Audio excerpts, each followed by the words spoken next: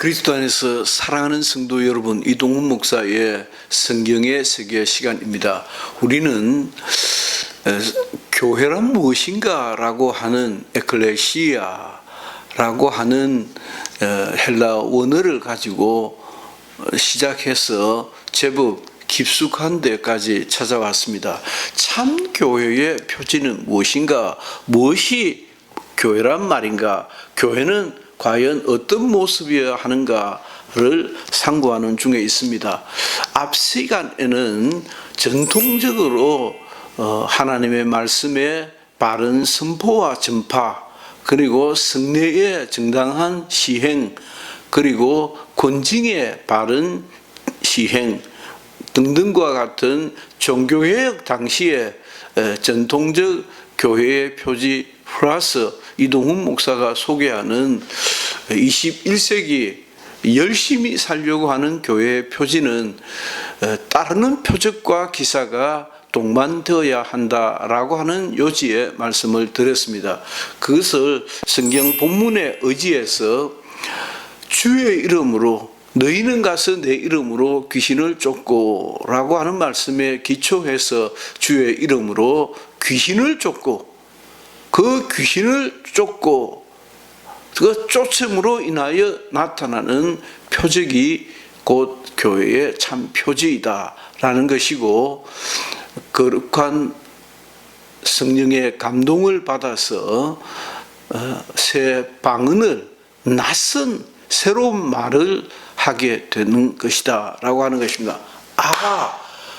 방언이 거듭남의 완벽한 표현이 라고는 할 수 없을는지 모르지만은 적어도 성령에 감동되니까 어디 듣도 보도 못한 아주 새로운 말을 하더라. 새 방언을, 새로운 낯선 말을 하게 되더라. 이건 말도 아니고 글도 아니고 그렇다고 뭐 내가 영어를 하지 않아도 되는 것도 아니고 불어를 하지 않아도 불어권에 가서 불어 생활을 할 수 있는 것도 아니고, 그런 의미의 방언이 아니라 정말 성령의 감동됨으로 인하여 주어진 영혼에서부터 일어나는, 그러니까 방언은 내 영이 기도하는 것이라고 했습니다. 그래서 방언은 내 영이 성령으로 인하여 감동되어졌을 때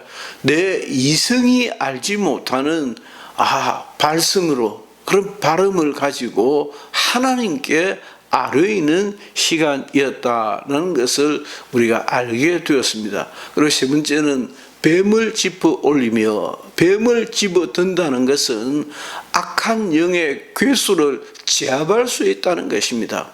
그 악한 영의 괴수를 제압할 수 있는 능력이 주의 종들에게, 이를 믿고 따르는 성도들에게 있기를 주의 이름으로 축원합니다. 애청자 여러분들께도 악한 영을, 마귀를 대적해서 그 머리를 짓밟을 수 있는 힘과 담력과 능력이 있기를 주의 이름으로 축원하고 또 축원합니다. 뿐만 아니라 사람이 연약함으로 인하여 무슨 더러운, 무슨 악한, 무슨 몹쓸 독을 마실지라도 하나님의 신이 함께 하셔서 능히 그 독을 피해갈 수 있고 이길 수 있고 극복 가능하다는 말씀도 드렸습니다. 마지막으로는 병든 자에게 손을 얹은 적 나음을 받는다. 누구 할 것 없이 every believer, 모든 믿는 자들에게는 병 고치는 능력이 있다라고 하는 것입니다. 그렇습니다. 모든 믿는 자들은 믿음의 손을 얹을 수 있는 자격이 있고, 그 믿음의 분량만큼이나 거룩한 표적이 나타날 수 있다는 것입니다. 아무쪼록 오늘도 애청해 들으시는 애청자 여러분들께서도 다시 한번 오랜 신앙생활에도 불구하고 또 그러므로 인하여 짐짓 잊어버릴 수 있었던 다고 한다면은 신기일전에서 병든 자에게 손을 얹은 즉 나음을 받으리라고 하는 믿음으로 나의 병들고 고장난 것에 손을 얹고 고침을 받으시고 사랑하는 가족들에게도 손을 얹으시고 믿음의 동료들에게도 손을 얹으시고 나의 도움을 필요로 하는 연약한 이들에게도 손을 얹으사 주의 이름으로 병을 고치고 하나님께 영광을 돌려드리는 그런 역사가 있기를 바랍니다. 제가 채찍에 맞음으로 우리는 나음을 받은 것입니다. 그가 십자가에 달려 죽으심으로 우리는 생명을 얻게 되었던 것입니다. 오늘 두 번째 따르는 표적으로는 기도의 응답입니다. 본문을 제가 한번 정해볼까 합니다. 빌립보 4장 6절 7절입니다. 빌립보 4장 6절에 아무것도 염려하지 말고 오직 모든 일에 기도와 간구로 너희 구할 것을 감사함으로 하나님께 아뢰라. 그러니까 모든 일에 아무것도 염려하지 말고 어떤 염려할 일이 생긴 것이지요. 그런데 무슨 염려할 일이 생겼지만은 그러나 아무것도 염려하지 말고 염려가 문제를 해결하는 것도 아닌데 오직 모든 일에 기도와 간구로 오직 모든 일에 예외 없이 모든 일에 기도와 간구로 하나님께 아뢰라. 자, 저는 이 말씀도 참 죄송합니다. 이럴 때는 참 부끄러운데 기도를 정말 빡세게 초인적으로 많이 하고 싶지만은 별로 그러지 않습니다. 그런데 나름의 배짱은 하나 있어가지고 평생 한결같으려고는 애를 씁니다. 그 한결같음 중에 하나가 기도 생활입니다. 그냥 기도하면서 이 본문을 뇌아리는 것입니다. 기도와 간구로 너희 구할 것을 감사함으로 하나님께 아뢰라. 그 다음 말씀입니다. 그리하면 모든 지각에 뛰어난 하나님이, 지각에 뛰어난 하나님이라는 것이 무슨 말입니까? 다 알고 계시는 하나님이 네가 뭘 염려하는지, 네가 뭘 구하는지 지각에 뛰어나신 하나님, 우리가 어떤 형편에 처하여서 무엇을 구하는지를 아시는 하나님이 평강의 그리스도 안에서 너희 마음과 생각을 지키시리라. 너희 마음과 생각을 평안하게 해 주시겠다라고 하는 것입니다. 그러면 다 끝난 거 아닙니까? 기도가 응답될 것이라는 것입니다. 솔직히 말씀드리면 우리 기도가 얼마나 응답이 안 됩니까? 저는 김하중 장로라고 통일부 장관을 하셨고 또 외교부 원래 외교통이십니다. 외교통으로 외무부 장관도 하신 분입니다. 그러니까 우리나라에서 통일부 장관과 외무부 장관을 두 개 다 하신 분이 유일하신 분인데 그분의 그 기도에 관한 책을 두 권 읽으면서 그것이 죄가 되어서 그 책을 읽으면서 그 책에 하나님이 보내신 대상가 하는 제목이 첫째 책인가 그렇죠. 그 책을 읽으면서 그 책을 읽고 은혜 받은 것이 유죄라 지금도 매일 기도합니다. 만나지도 못했지만은 그를 축복합니다. 그의 간증이 살아서 역사하고 읽는 이들이 하나님께로 돌아오도록. 저는 위하여 기도하는 분들이 그렇게 많지 않습니다. 그러나 한 번 기도하면 10년, 20년 주구장창합니다. 그 가운데 한 분입니다. 그를 위해서 왜 기도할까요? 하나님은 우리의 기도를 들으시는구나. 좀 더 나아가서 얘기하면 기도를 들으시는 하나님이 계시구나 라고 하는 사실을 책을 통해서 얼마나 많이 알려주었겠느냐는 것입니다. 이것이 우리의 따르는 교회의 표지이다. 기도는 응답된다. 응답되는 것으로 인하여 하나님이 영광을 받으시고 우리의 기도는 평안으로 확정되는 것이다. 그래서 이 사실에 관하여 이야기를 하다 보니까 또 생각납니다. 아주 자연스럽게 떠오르는 것인데, 얼마나 기도가 참, 저는 참 무례한 표현이면 용서하십시오. 하나님은 참 빡세다 생각하십니다. 참 인색하시다고 생각도 들고요. 기도가 참 응답이 안 될 때, 어떤 때는 이 영감쟁이 수염 달리신 분이라고 생각하기 쉬워가지고, 이 영감쟁이 왜 이렇게 나 기도를 안 들으시냐, 내가 그렇게 밉습니까 하고 막 울고 불고 하다가도 그렇다고 기도가 응답이 되는 것이 아니니까, 그럼에도 그렇게 원망 비슷하게, 원망다운 원망을 해본 기억이 나질 않아요.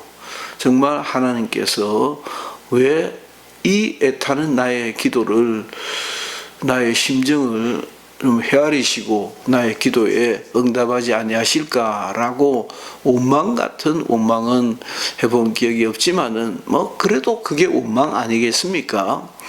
그렇게 원망 같지 않는 원망을 하면서도 제 기도의 저 끝에는 표현하기 어려운데, 구름같이 허다한 정인의 저 끝에는 하나님께서 또 언젠가 내게 평안으로 찾아오실 거야 라고 하는 믿음이 있는 것이죠.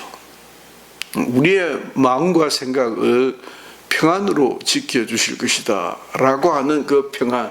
그래서 어느 날 뜻밖의, 내가 용서할 때는 그렇게도 기도에 인색하셨던 하나님께서 내가 용서지 않았을 때, 여러분 왜 우리가 용서할 때는 하나님께서 더디 응답하시고, 저의 경우입니다. 내가 용서지 않을 때 하나님께서 더러 뜻밖의 선물을 주시는가? 간단합니다. 저는 그렇게 생각합니다. 내가 용서할 때 하나님이 응답하시면, 봐라 내가 용서니까 되잖아 라고 착각할 텐데, 내가 용서할 때는 응답이 없고 내가 용서지 않을 때는 응답이 완전히 공짜로 얻은 거 아닙니까? 하나님의 은혜로 기도가 응답돼. 그래서 어쨌든 뭐로 가도 서울로 가면 되니까 또 내가 당했다라고 하는 생각으로 겸손해지고 하나님을 더 의지하게 되었던 많은 경험들이 있습니다. 아뢰라, 기도하라. 그리고 또 마태복음에 있는 말씀 그대로 마태복음 7장, 구하라 주실 것이요, 찾아라 찾을 것이요, 문을 두드리라 열릴 것이니, 그래야 하면 구하는 이가 얻을 것이요, 찾는 이가 찾을 것이요, 문을 두드리는 이가 열릴 것이니, 하늘에 계신 너희 아버지께서 너희가 악한 자라도 자식에게 좋은 것으로 줄 줄 알거든 아버지께서 너희에게 좋은 것으로 주지 않겠느냐. 떡을 달라 하면 돌을 주고 고기 생선을 달라 하면 뱀을 주시겠느냐 라고 하는 말씀도 지금은 제가 서둘러 하느라고 정확히 표현을 안 했습니다만은, 또 그 성경도 자주 기도하면서 암송합니다. 왜냐하면 내가 그거라도 해야 내가 견딜 수 있을 것 같으니까, 주님 오늘도 말씀에 의지하여 기도합니다. 구하면 주시겠다 했지 않습니까? 찾으면 찾을 것이라 했지 않습니까? 두드리고 또 두드리면 귀찮지만은 일어나서 챙겨주실 것이라 하지 않으셨습니까? 라고 기도합니다. 기도 응답은 교회에 더할 수 없이 소중한 표제이지 않겠는가. 그래야 마음의 평강과 안식을 누리시기를 주의 이름으로 축원합니다. 세 번째는 선한 삶의 모습입니다. 저 사람은 예수 믿는 사람이구나 라고 관련된 말씀들이 많이 있을 텐데 제가 시간도 없고 약하기로 합니다. 오늘 성경에 뭐 널려 있는 얘기니까요. 널려 있는 이야기입니다. 그런데 혹자는 어떤 주의 종들은 이를 강조해서 율법주의에 빠지기도 하고 복음을 또 까먹어 버리기도 하는데, 또 어떤 이들은 너무 관심을 안 가져서 믿음의 사람들, 말하자면 성도들이 좀 더 방종하게 되는 경우도 있지 아니한가 하는 염려도 있습니다. 선한 삶의 모습은 요한 1서 1장 6절 말씀입니다. 우리가 빛 가운데로 거하면 세상 사람들이 우리를 보고 저렇게 살아야 되는 것이구나 라고 알고 우리의 선한 모습을 보고 하나님이 계신 것을 알고 우리를 칭송하게 된다라고 하는 것입니다. 마태복음 10장 1절 이후에는 예수님께서 12사도를 선택하시고 그 사도들에게 너희는 전대도 가지지 말고 신발도 두 짝도 가지도 말고 두 벌 옷도 가지도 말고 그저 천국 복음을 전파하라고 말씀하십니다. 그와 같은 정말 주의 종으로서의 어떤 순례자의 모습을 보일 때 저는 저 사람은 참 전심으로 하나님을 섬기는 사람이요 하나님의 나라를 소망하고 사는 사람이로다 라고 하는 모습을 보여줄 수 있지 않겠는가 라고 하는 점입니다.